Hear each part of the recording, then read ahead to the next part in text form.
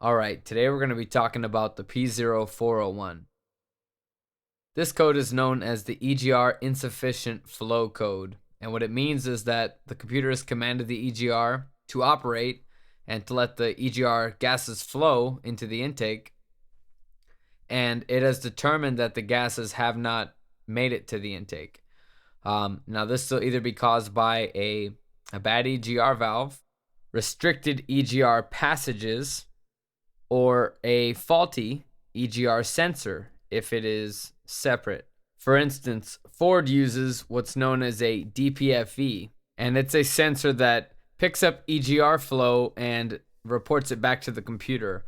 However, they are known to go bad themselves, which will also set a P0401 code and show up as insufficient EGR flow.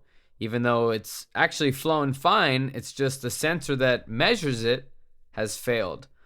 So if you have a Ford and you have a DPFE, then there's a good chance that that's going to be your fix. Otherwise, before you replace your EGR valve, take it off and look at the passages that's running through the intake or running through the EGR valve even, and make sure they're not clogged. Run a coat hanger through them, run some carburetor cleaner, brake cleaner, just get them cleaned out. The EGR valve, make sure it's not real dirty, you can clean it out. Check the passages, make sure you knock all the carbon out and clean them out real good. A lot of times the restricted passage is going to take care of this code.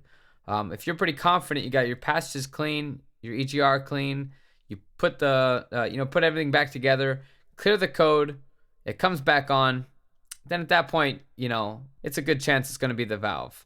Like I said, if you have a Ford, definitely look into that DPFE. They're very cheap, easy to do. So if you want to start easy and cheap and you have a Ford, go with the DPFE. Otherwise, clean your passages, erase the code, see if it comes back. If it does, then you might want to look at your EGR valve. But of course, make sure it's also plugged in and the connector and the wiring look okay.